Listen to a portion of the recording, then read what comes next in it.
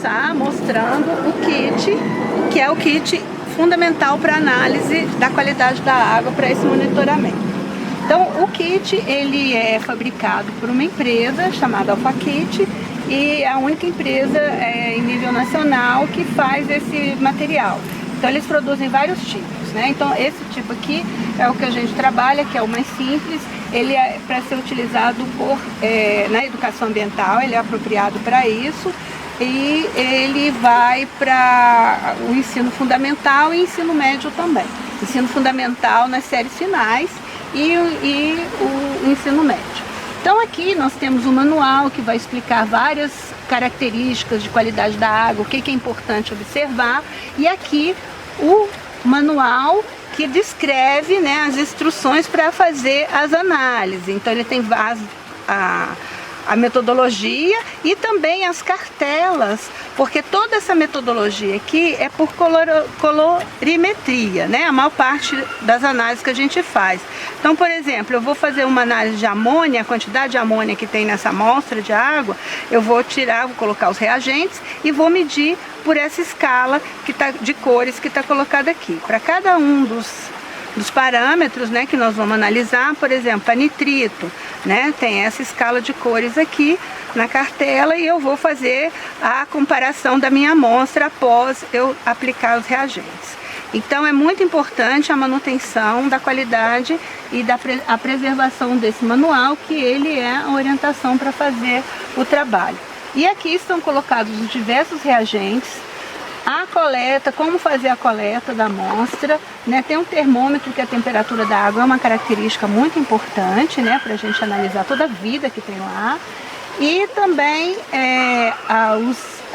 as pecinhas, né, para a gente poder fazer a retirada dos reagentes, né? Alguns são sólidos, então tem as pazinhas, e alguns são líquidos e a gente usa a seringa, né, para fazer a retirada. Vem a luva, porque são produtos químicos, então você tem que proteger a mão, né, as mãos com desses produtos, né? O filtro, que muitas vezes a gente precisa filtrar a amostra de água, que ela tem muito sedimento, né? E os sedimentos atrapalham a leitura. Então é esse o kit básico, né? Existem variações desse kit, mas o kit que nós no projeto Aquaripar usamos é exatamente esse.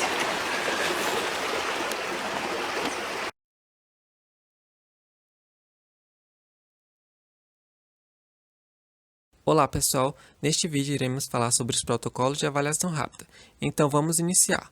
O primeiro passo para avaliar o estado de um ecossistema aquático é verificar o entorno deste ecossistema, pois o que está em volta do corpo hídrico terá impactos diretos e indiretos no ecossistema aquático, já que estes dois ambientes estão interligados, sendo que o que ocorre no ecossistema aquático terá reflexo no ecossistema terrestre próximo a este corpo hídrico, e o que ocorre no ecossistema terrestre tem impactos no corpo hídrico.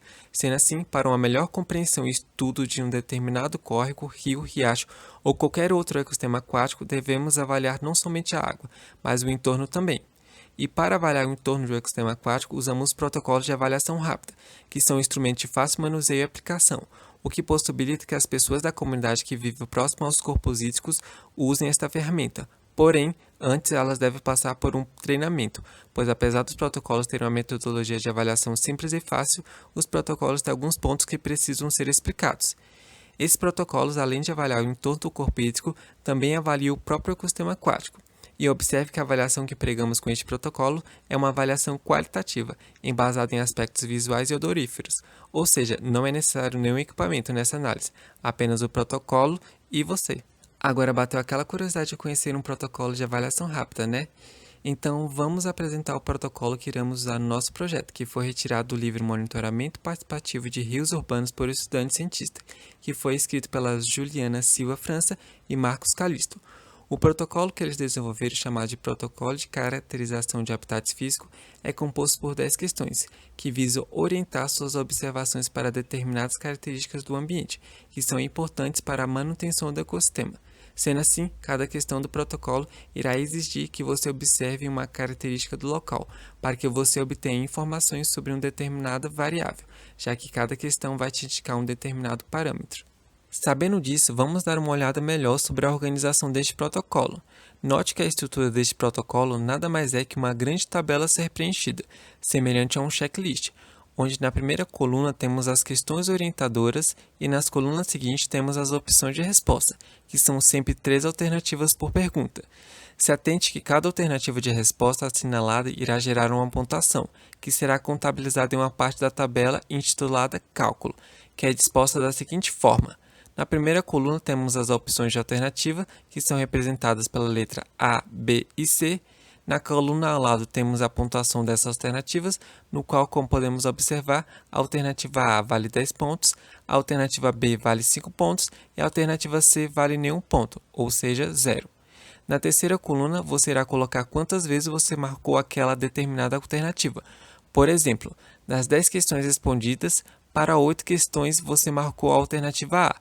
Com isso, você irá preencher que você marcou 8 alternativas A, e da mesma forma você irá preencher quantas vezes a alternativa B apareceu e a alternativa C. A última parte para você obter a pontuação daquele ecossistema é somar as pontuações de cada alternativa, no qual o valor dessa soma irá indicar a pontuação final, que será usada para classificar o ecossistema estudado em 3 categorias: minimamente perturbado, quando sua pontuação ficar acima de 68 pontos, moderadamente perturbado, quando sua pontuação ficar entre 40 e 68 pontos, e altamente perturbado, quando o valor for menor que 40 pontos. Portanto, com a pontuação final, podemos saber o estado do ecossistema aquático, no qual, quanto maior for essa pontuação final, melhor é o estado daquele ecossistema, o que significa que o ambiente está conservado, apresentando boas condições. Em contrapartida, quanto menor a pontuação final, pior é o estado da qualidade da água desse ecossistema, o que indica que o ambiente está sofrendo impactos que culminam na perda da qualidade da água. Assim, com tudo que se foi falado até o momento, você observa que a aplicação desse protocolo é algo bem simples e rápido. E para não deixar nenhuma dúvida sobre este protocolo, nesta parte final do vídeo vamos comentar rapidamente sobre as perguntas contidas nele. Então vamos começar pela primeira questão, que diz o seguinte: o que existe em maior quantidade em torno do local? As alternativas para essa questão são: alternativa A, vegetação natural; alternativa B, plantações, pastagens e monocultura; e alternativa C, casa, lojas e indústrias. Com essa pergunta, estamos avaliando o uso da terra nas proximidades do ecossistema aquático, o que vai estar ligado diretamente à estabilidade da margem, no qual, se o ambiente apresentar uma vegetação natural, isso é um bom indicativo sobre a preservação do local, pois uma vegetação bem estabelecida ajuda na proteção e manutenção do ecossistema aquático, ou seja, uma vegetação natural é essencial para um bom funcionamento do ambiente. Se o entorno do ecossistema aquático tiver mais plantações, pastagem e monocultura, isso pode representar que o ambiente está em uma faixa intermediária de preservação, ou seja, nem muito impactado, mas também não apresenta as condições ideais, pois com esse tipo de ocupação das margens perdemos todas as funcionalidades que uma vegetação natural oferece ao ecossistema aquático, e ainda podemos ter a entrada de fertilizantes advindo dessas áreas de agriculturas para dentro do córrego, o que pode acarretar em um superenriquecimento da água com nutrientes, que pode desencadear uma série de processos nocivos, já que o excesso de nutrientes pode levar a um processo chamado de eutrofização artificial, que é justamente essa entrada excessiva e acelerada de nutrientes na água. Como consequência desse processo de eutrofização, observamos um aumento na produção de matéria orgânica em decorrência da proliferação de algas e cianobactérias na coluna d'água, que pode levar a uma diminuição da penetração de luz no córrego, porque essas algas e cianobactérias se concentram mais superficialmente na coluna d'água, formando uma camada que impede que a luz chegue no fundo do córrego, ou seja, aqueles seres fotossintetizantes que vivem no fundo do córrego irão morrer, já que a luz não chega.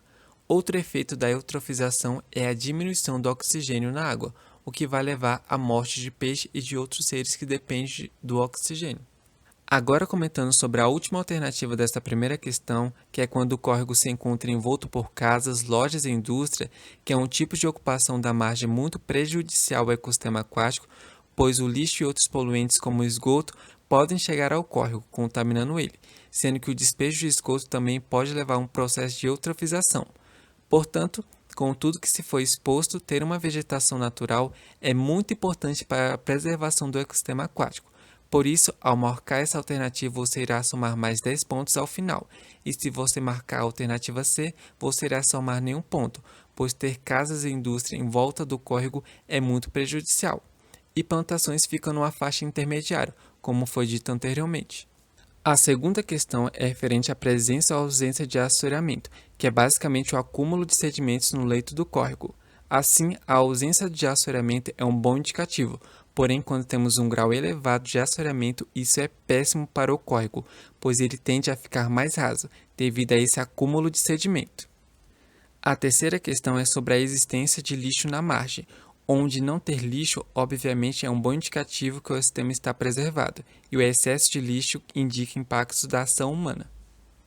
A quarta questão direciona nossa observação para o odor da água, no qual a ausência de odor significa que a água está em boa qualidade, pois em condições normais a água não tem odor, ela é inodora.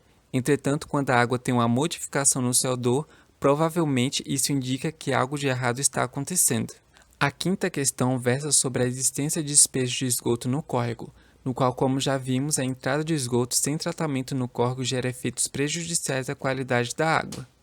A sexta questão é sobre a transparência da água, que é um parâmetro que também iremos analisar com o EcoKit quando falarmos de turbidez da água. Aqui no protocolo temos 3 níveis de transparência da água, que vai desde águas claras a águas escuras. Vale ressaltar que a transparência da água vai depender muito da geologia do local e das condições climáticas do momento da observação. A sétima questão se refere à composição do fundo do córrego, no qual temos 3 opções. A primeira alternativa é sobre cascalho e pedras, a segunda alternativa é areia e lama, sendo que essa alternativa pode indicar uma situação intermediária do córrego, pois um leito com lama pode advir de processos erosivos da margem, que veremos posteriormente. E a última opção é um fundo constituído de cimento, onde claramente tivemos a interferência humana nesta ação.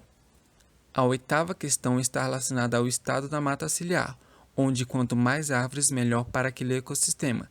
Já a ausência de árvores é uma problemática. A nona questão se refere à presença ou ausência de erosão, que é um processo referente ao desgaste ou corrosão de terras da margem do córrego.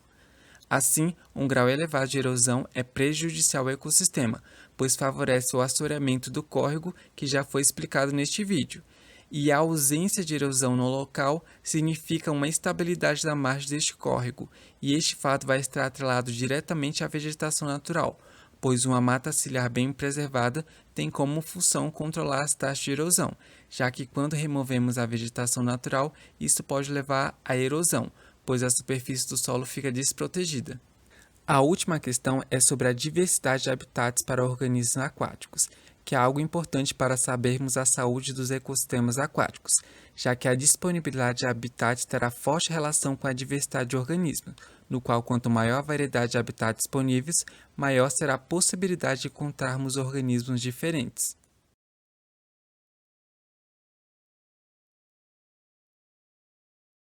A turbidez é a medida da capacidade da água em absorver e dispersar a radiação solar, isto é, uma propriedade óptica que tem efeito direto sobre a entrada de luz no ecossistema.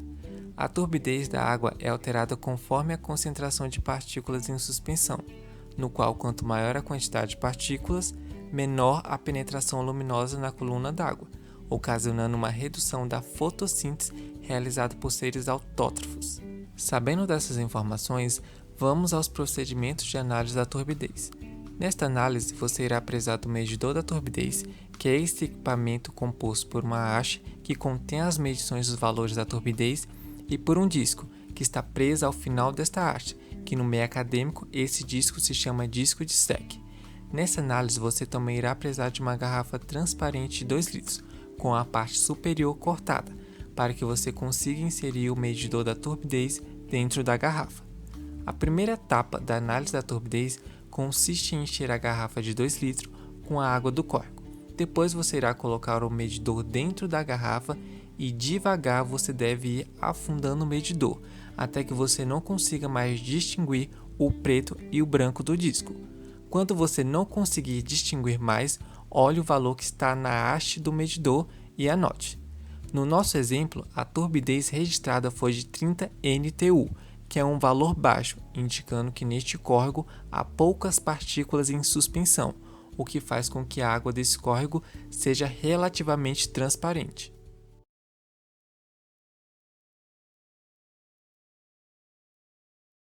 A temperatura é um parâmetro físico importante na regulação do metabolismo biológico e ainda influencia as reações dos compostos químicos na água. Deste modo, a temperatura pode influenciar outros parâmetros, como, por exemplo, o oxigênio dissolvido e o pH. A temperatura da água pode variar conforme a estação climática, a localização geográfica e a condição da área próxima do ecossistema aquático, bem como ao longo do dia. O procedimento de aferição da temperatura da água é relativamente simples, consistindo em coletar uma amostra da água em um recipiente e depois colocar o termômetro. Deixe o termômetro na amostra por alguns minutos. Por fim, é só olhar a temperatura que consta no termômetro. Aqui no nosso exemplo, a temperatura aferida foi de 21 graus Celsius, que é considerada uma temperatura adequada para se manter a integridade do córrego.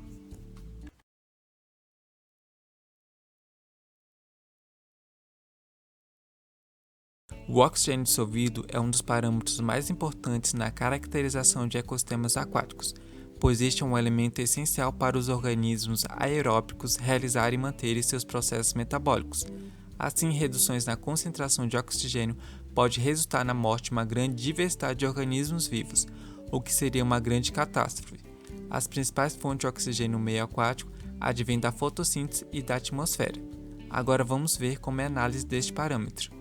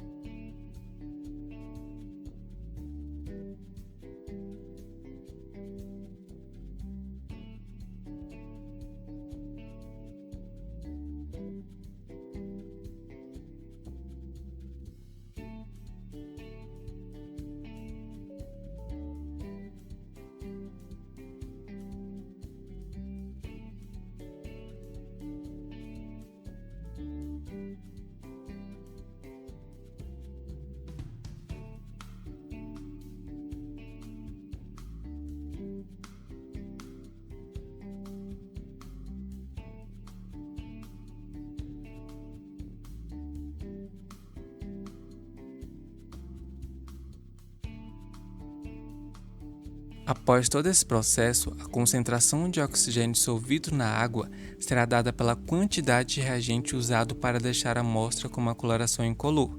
Assim, devemos olhar na seringa o quanto gastamos de reagente para deixar essa amostra incolor.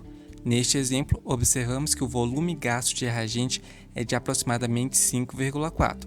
Isto é, a concentração de oxigênio dissolvido na água será de 5,4 mg por litro. Esse valor que obtivemos de 5,4 mg por litro indica que o ambiente apresenta uma boa concentração de oxigênio, pois o valor recomendado pela Resolução CONAMA 357 de 2005 para as águas doces de classe 2 deve ser maior que 5 mg por litro, ou seja, nosso valor está em concordância com o limite estabelecido. Porém, se o nosso valor fosse menor que 5 mg por litro, a concentração de oxigênio não atenderia o valor recomendado, o que significaria que o córrego não apresenta uma concentração aceitável de oxigênio dissolvido, mas este não é o caso do nosso exemplo.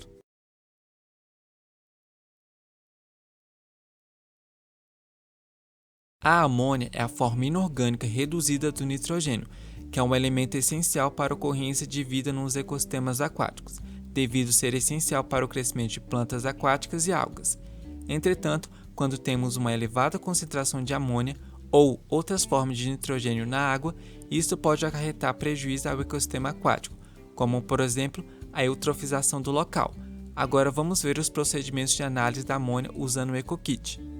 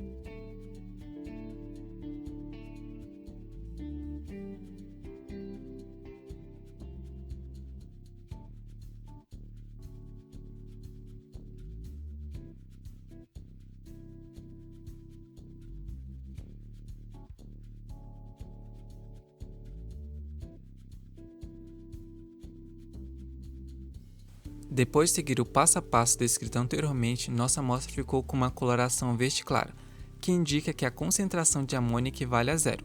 Esse valor que se foi obtido está dentro dos padrões estabelecidos na Resolução CONAMA 357 de 2005, para a água ser considerada de boa qualidade.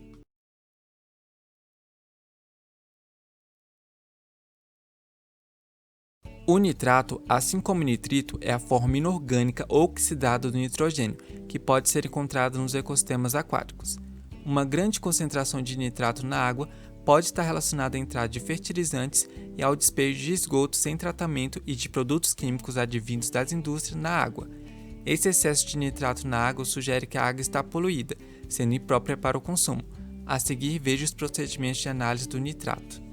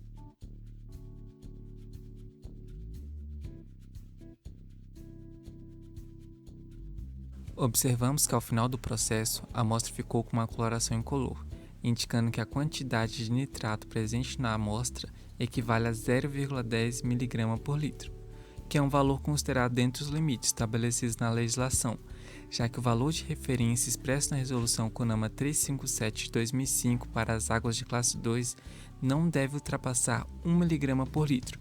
Assim como nosso valor ficou abaixo, podemos concluir que a concentração de nitrato está aceitável.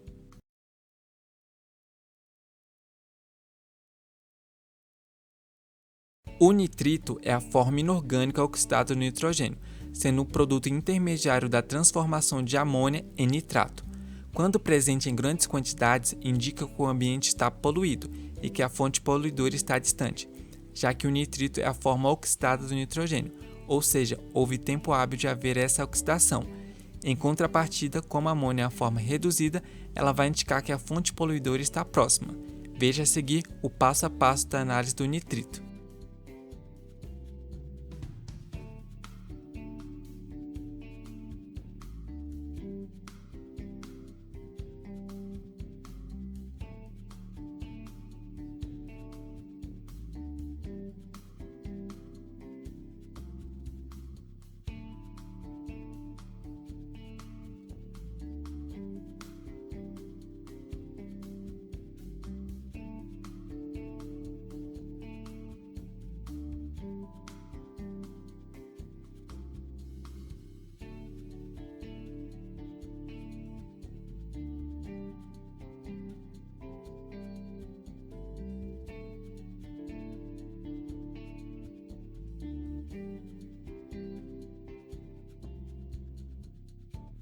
Com a finalização do processo, vemos que a coloração final da amostra ficou mais próxima a 0,05 mg por litro, o que indica que a concentração de nitrito no córrego é baixa, já que ao consultarmos o valor recomendado na resolução CONAMA 357/2005 para a classe 2, observamos que o valor limite estabelecido nesta resolução é de 1 mg por litro, ou seja, a concentração de nitrito está dentro dos limites estabelecidos pela legislação.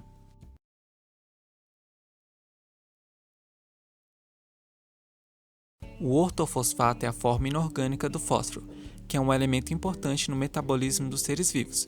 Porém, quando temos a entrada em excesso de ortofosfato no ecossistema aquático, devido ao despejo de poluente, podemos ter prejuízo ao ambiente, como por exemplo a eutrofização artificial do corpo hídrico, que ocasiona a morte de vários organismos aquáticos e impossibilita o uso dessa água para o consumo.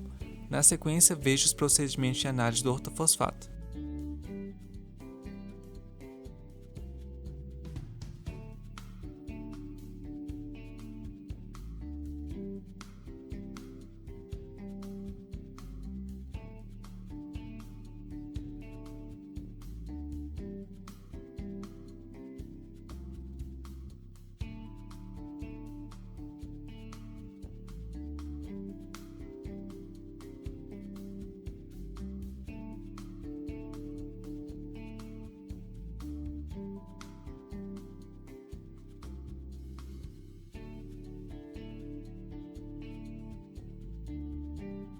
Concluído o procedimento de análise do ortofosfato, observamos que a amostra ficou com uma coloração incolor, no qual, ao consultar a cartela com os padrões de cor do Manual de Instruções do EcoKit, constatamos que a coloração incolor indica que a concentração do ortofosfato equivale a zero, ou seja, não detectamos a presença de ortofosfato na água. Este resultado que encontramos está dentro dos limites estabelecidos na legislação, assim, a quantidade de ortofosfato está em condições admissíveis.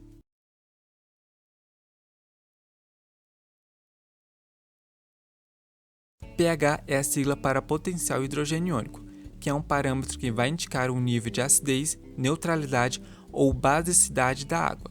O pH é um parâmetro importante, pois tem direta influência sobre o equilíbrio químico da água, que é uma condição essencial para o bom funcionamento do corpo hídrico. Vale frisar que diferentes ecossistemas aquáticos podem apresentar níveis distintos de pH, devido à geologia e à concentração de matéria orgânica do ecossistema. Concluída essa breve introdução, veja detalhadamente os procedimentos de análise do pH.